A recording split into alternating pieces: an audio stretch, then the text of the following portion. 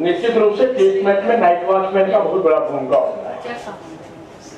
और मैं समझता हूं कि शायद सदीनामा के द्वारा जो एक साहित्यिक लोकतंत्र के मुद्दे पे विभिन्न वक्ताओं ने, खासकर मैथिली के हमारे जो, जब गीतांशु जी ने कहा कि मैथिली में भी किसे बोलना है, तो मैंने कहा कि अजय तिरहुतिया वो सबसे अच्छे हैं। तो निश्चित रूप से मैथिली में उन्होंने अपनी बातों को रखा। मैं ज्यादा समय नहीं लेके सिर्फ इतना ही कहूंगा कि भारतीय लोकतंत्र में साहित्य अगर नहीं होए तो शायद लोकतंत्र के विश्वसनीयता पर प्रश्न लायक थे।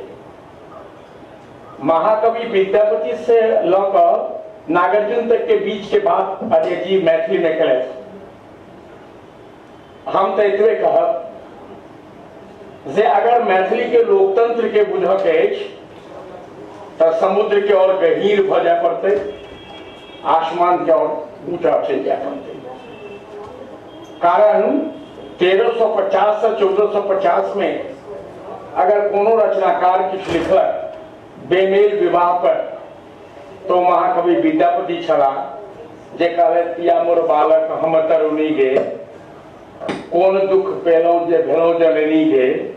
ये जो लिखने की साहस है, मैं समझता हूं कि मैथिली साहित्य के अलावा किसी दूसरे साहित्य में इतने पुराने स्तर पे बाल विवाह के विरुद्ध में लोकतंत्र को जिंदा करने का एक नमूना। मैं जाना नहीं चाहता, सीता स्वयंवर को आप देखिए। मिथिला के राजा जनक ने अपनी बेटी की शादी के लिए स्वयंवर रचाकर लोकतंत्र को जिंदा रखा है। और प्रभु राम के बारे में मैं नहीं कहना चाहता, क्योंकि राम का जो व्यवसायीकरण हो रहा है, उस व्यवसायीकरण में अगर मैं जाऊंगा तो मुझे लगेगा कि बांग्ला साहित्य को, अगर गीतांजलि के बारे में मैं सिर्फ कहूं तो आहा देखा जे Gitanjali is a shadow of Vidyapati प्रभु। बहुत गोटा के एक अर्थ अपना अपना ढंग से लगता है, लेकिन नागार्जुन जी के जिक्र हम एक कर दिनकर के खासकर जे रामधारी सिंह दिनकर के राज्यसभा के सदस्य पंडित नेहरू जी बने छलखिन। और वही समय में हिंदी साहित्य के बारे में बड़ा अंड बंड बात हुई छल। दिनकर जी लेकिन प्रखर वक्ता के रूप में हिंदी के पक्ष में अपन लोकतांत्रिक ढंग से नेहरू जी के विरोध कर, और वो रामधारी सिंह को चाहे हिंदी वाले कहे मेरा है, लेकिन मैं तो जानता हूं कि उन्होंने लिखा है कि सिमरिया घाट के हम भूमिया छी, मिथिला के रखवा छी। ये मैं नहीं कह रहा हूं, ये उन्होंने अपनी पंक्ति में लिखा है।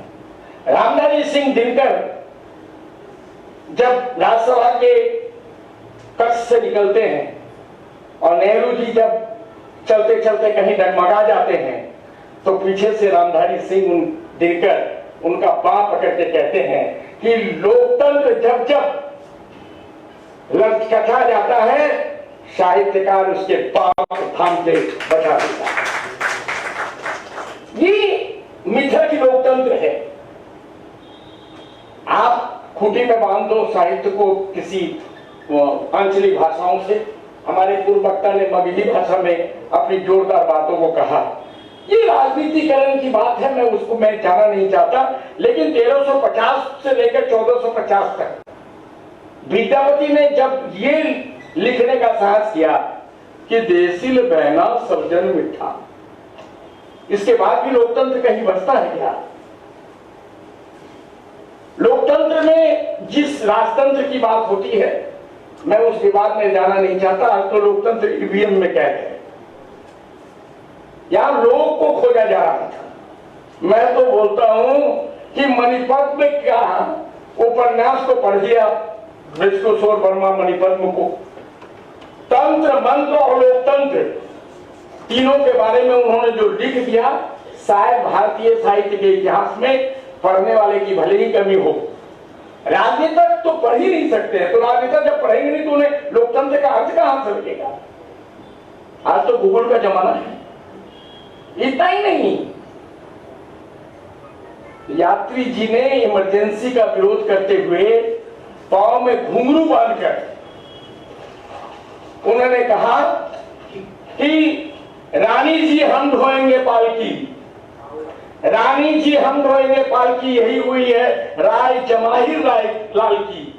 जमाहिर शब्द का प्रयोग यात्री जी नागार्जुन ने किस लहजे में किया है, इसका अर्थ लोकतंत्र के जो पुजारी हैं वही लगा सकते हैं, राजनेताओं के बस की बात नहीं है। ये साहस मिथिला के कवि यात्री में है। और पत्रहीन नगरगाछ जिसके ऊपर में उन्हें साहित्य अकादमी का पुरस्कार मिला, बलचनवा जिसका जिक्र अजय तिरहुटिया जी ने किया है। इतना ही नहीं, उन्होंने बेबाक कहा और गिरफ्तारी दिया। इंदु जी क्या हुआ आपको, इंदु जी क्या हुआ आपको, सत्ता के खेल में भूल गई बाप को। ये साहस साहित्य के लोकतंत्र के प्रति के द्वारा ही लिखा जा सकता है, दूसरे के बस की बात नहीं है। इसीलिए आज के जो ये साहित्य में लोकतंत्र एक संवाद का जो प्रक्रिया जितांशु जी ने चालू किया है, मैं समझता हूं कि शायद एक बात मैं शेष करूं कि एक बार नेहरू जी के जन्मदिन थे, कवि गोष्ठी की आयोजन हुई और हरिवंश राय बच्चन से भेंट करने के लिए यात्री जी वहां गए थे, वो आमंत्रित कवि नहीं थे। इंदु जी माने इंदिरा गांधी ने यात्री जी को शांति निकेतन में सुन लिया था, तो उन्होंने कहा कि आप चलिए, आप हमारे पिताजी का जन्मदिन है, आप कविता पढ़ें। तो उन्होंने कहा कि मेरी कविता तुम्हारे पापा या तुम्हारे पिताजी या पंडित नेहरू नहीं सुन पाएंगे। फक्कर कवि फक्कर भाषणों में कहा, लेकिन हरिवंश राय बच्चन के अनुरोध पे उन्होंने कविता पाठ किया और उन्होंने जो कविता वाचन किया और नेहरू जी के सामने किया, उन्होंने कहा बटन बेचकर पंडित नेहरू फूले नहीं समाते हैं, बटन बेचकर पंडित नेहरू फूले नहीं समाते हैं, फिर भी गांधी के समाधि पर झुक झुक फूल चढ़ाते हैं। ये साहस मिथिला के कवि में ये हो सकता है, चाहे वो हिंदी में लिखे, चाहे मैथिली में लिखे, चाहे वो दूसरी भाषा में लिखे। इसलिए तो आज के समय में अगर भेज दिया जाता तो मैं तो समझता हूँ कि ईडी और सीबीआई चला गया, ईडी और सीबीआई पहुंच गया होता।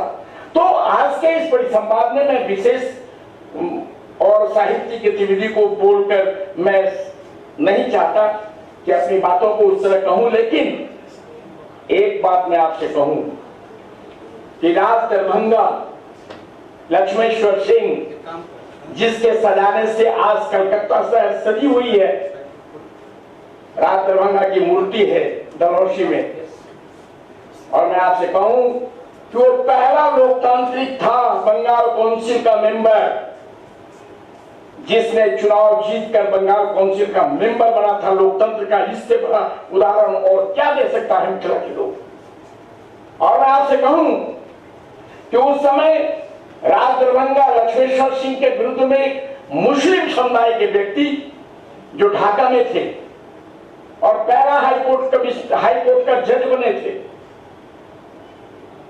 उन्हें परास्त किया था। तो लोकतंत्र की जो जड़ है वो मिथिला के भूमि से आता है, जहां पे जन है, बनिहार है, जहां पे नापी है, नाई, जहां पे चमार है। और ये मिथिला का सौभाग्य है कि वहां के जो जमीन जोतने वाले होते थे वो नाई को भी भरण पोषण करते थे, वो चमार का भी भरण पोषण करते थे, वो भूमिहार का भी भरण पोषण करते थे। और मैं आपको बताऊं कि इससे बड़ा और क्या लोकतंत्र का उदाहरण हो सकता है कि बांस काटता है शेड्यूल कास्ट और उसका ढाकी, पटिया ये बनाता है चमार, और ये सारे वस्तुओं का निर्माण करके हम छठ मैया को अर्घ देते हैं। अर्घ देने वाला हिंदू है, बनाने वाला शूद्र है, चमार है, नाई है, और उसके सामान को लेकर हम शुद्ध भगवान को अर्घ देते हैं। इससे बड़ी लोकतंत्र का मिसाल मिथिला को छोड़कर कहां मिलता है? यही मैं कह के मैं अपनी वाणी पर विराम देता हूं। कारण मुझे मालूम है कि man without work can not survive in the society, and without work we can't imagine about history. इतिहास मिथिला का इतिहास है, लोकतंत्र का इतिहास है, और उस मिथिला के इतिहास और साहित्य ने पश्चिम बंगाल के लोगों को साहित्य और संस्कृति का पाठ पढ़ाया है, जिसकी उदाहरण रविन्द्रनाथ टैगोर ने कहा है कि I got inspiration to write Padavali from the Padavali of Vidyapati. It is the achievement of Maithili speaking people, that's why I am recognizing as a Maithili speaking people. Line night watchman में इससे ज्यादा कहने की मेरे पास कोई जरूरत नहीं। अगर कोई और मतलब अब आप समझ गए होंगे कि 12वें खिलाड़ी की अहमियत क्या हो सकती है। नहीं, मैं उसके बाद मैं नहीं हूँ, उसके बाद नाइट मैन की बात करता हूँ। असल में हम यहाँ पर हाँ कोई यस माइक हाँ, मैं यहाँ स्टेज के ठीक सामने में रामनारायण झा बैठे हुए हैं। रामनारायण झा ने गांधी पर एक लंबी कविता लिखी, ये पूरा कलकत्ता जानता है, लेकिन गांधी ने पर उन्होंने एक किताब लिखी है, गांधी आज भी खड़े, और जिसके लिए वो दुनिया के तमाम एयरपोर्ट पर उनकी किताब डिस्प्ले है, और वो यहाँ है, और मेरा ये सौभाग्य है, मैं उन्हें स्टेज पर बुलाना चाहता हूँ। और मेरे मित्र बातिश हैं, मैं उनसे दोनों हाथ जोड़ के रिक्वेस्ट करता हूँ पब्लिकली कि भाई झा जी को कम से कम नाइट वॉचमैन को सम्मान तो कर दो भाई।